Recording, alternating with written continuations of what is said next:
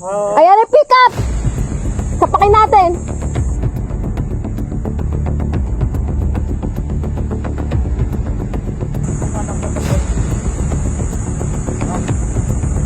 Sorry, ano?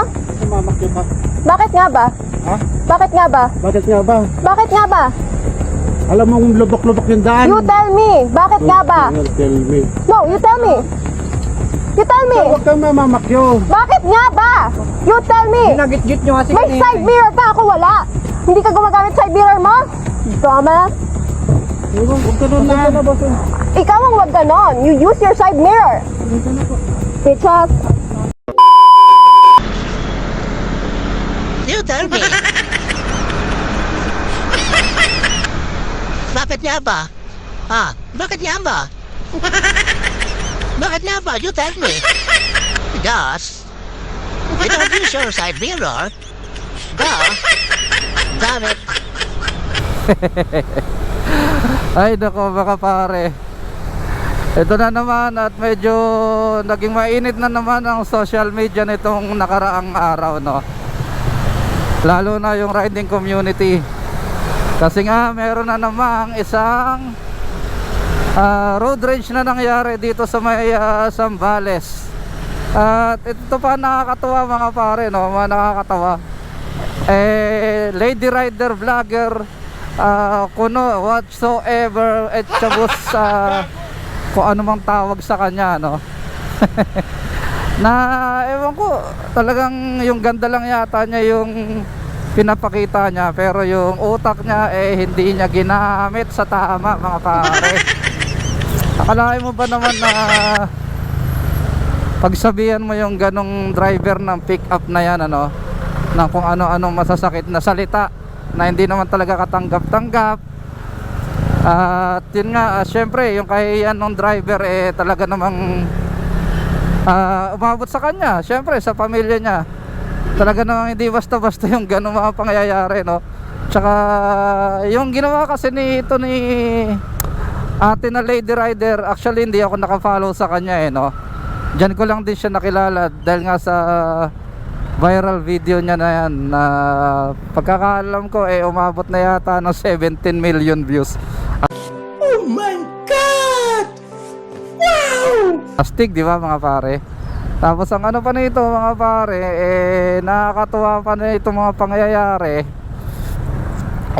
Masyado siya matapang, arogante, na kala mo naman kaya ipagtanggol yung sarili, no mga pare. Kaya kahit si kuyang naka-pick up, tignan nyo naman nung pagbaba niya sa pick up, ewan ko lang parang may binubunot siya na ewan or what, or nangangati lang yung bilbil niya o naayos yung pantalon niya.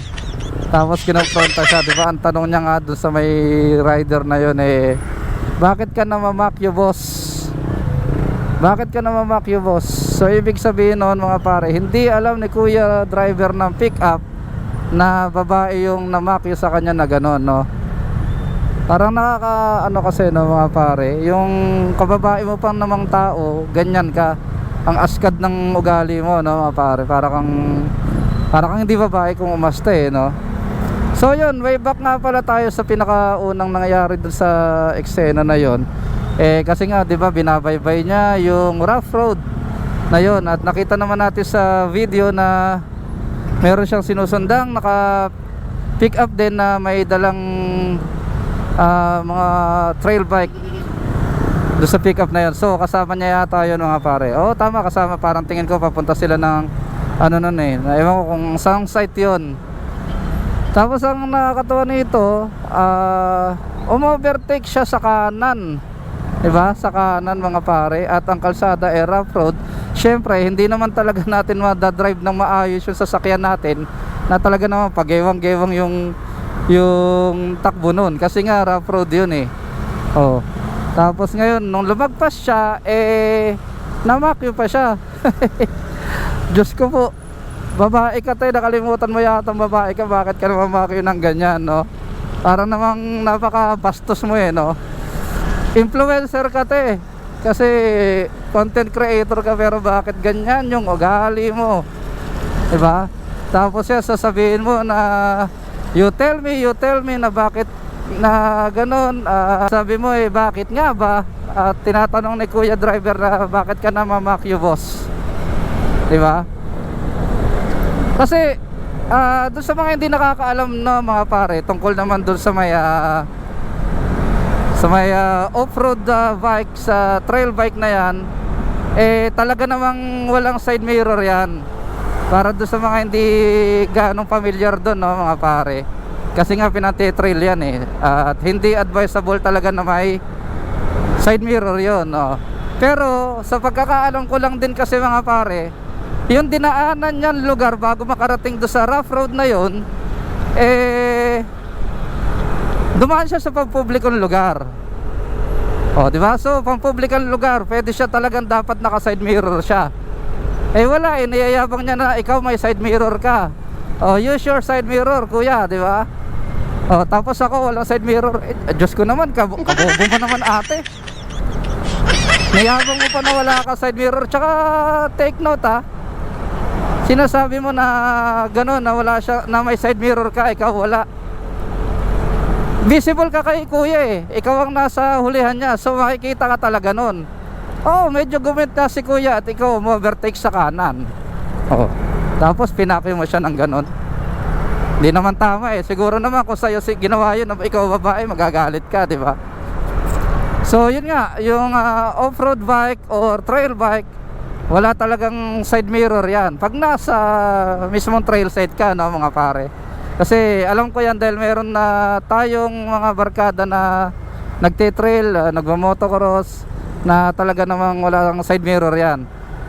Minsan nga wala pang plaka yan, mga pare. Minsan wala ring rehistro at ang tire nila na naka-Navi tire. So hindi talaga siya akma sa pampublikong lugar. Kaya talagang kalimitan yan nakasakay sa pick-up o kaya sa pinaka-trailer, nakaangkas yan doon. Kasi nga ganun yung bike na yan. So again, balik tayo doon sa ginawang asal ni ate, na nung umalis na si kuya, na swerte ka nga din at nalaman niya siguro agad na babae ka nung nilapitan ka niya. Paano na lang kung bumunot ng baril yon o may baril? Di paano yon? Di kwento ka na lang, di ba, no, mga pare? Parang hindi aware si ate na vlogger na influencer na ang daming road rage na nangyayari dito sa atin, tapos siya pa mismong babae, no, siya pa yung nag-umpisa. Tapos nung umalis na si kuya, na yun nga talaga, salute kay kuya na driver, kasi talagang tinanggap niya na lang yung malulutong na mure, no, na hindi magagandang salita, at umalis na siya. Tapos di ba, bang umalis nga tong si kuya driver, kung ano-ano pang sinasabi niya, nagta-trash talk pa siya. Nakala mo naman kaya niya ipagtanggol yung sarili niya kung papatulan siya noon. So ano ba yun, kaya siya ganun katapang? Dahil marami sila. Dahil yung ka-meet up din nila, talagang marami sila Hindi ko alam kung ano yung event na gagawin nila yon. Hindi ko alam din kung magte-trail sila or what, diba? So umalis si kuya, tapos sasabihin mo na basagin ko pa yung bulok mo na pick up. Diyos ko naman, ate, hindi ka ba kinikilabutan sa mga inaasal mo na yan? Parang yung maliit lang na bagay Diyos ko, hindi na dapat ganon. Tapos ang pinaka nakakabobo mong ginawa, yung pinost mo pa yung video na yan. So feeling victim tayo. ay nako, ewan ko sa'yo, ate, dahil lang sa views, no, kahit hindi na tama talagang i-upload mo. So ako, mga pare, hindi naman ako perfecto, no. Minsan meron din ako mga upload sa page ko tsaka sa YouTube ko na may mga mali akong dinaanan, pero nilalagyan ko na rin na yan ng sariling caption. Kasi nga ang alam naman natin talaga mali yun.